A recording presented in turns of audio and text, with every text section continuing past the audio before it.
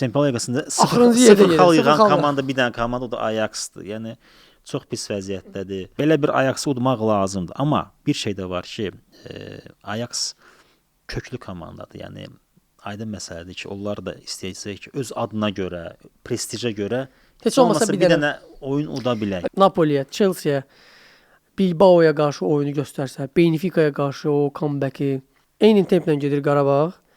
Bu tempi qoruyub saxlasa, mən düşünürəm ki, Ajax-ı burada çeynəməliyik. Mənə elə gəlir ki, nədənsə bax belə bir inan var məndə, Ajax-a qarşı qələbə olar. Mən Şey belə xətrinə, düşünürəm. like xətrinə, nə bilim, Yox. Mən də komment xətrinə düşünürəm deyəcəm, qələbə. uduzar, onsuz da onda daha Hə, çox yox. yığılır, amma səmimi deyirəm. Mən bizdə ancaq səmimi baxırıq məsələyə və Uda realistik. biləcəyimiz rəqibdir. Döyüşkən oyun olacaq. Yəni çox maraqlı və döyüşkən oyun olacaq.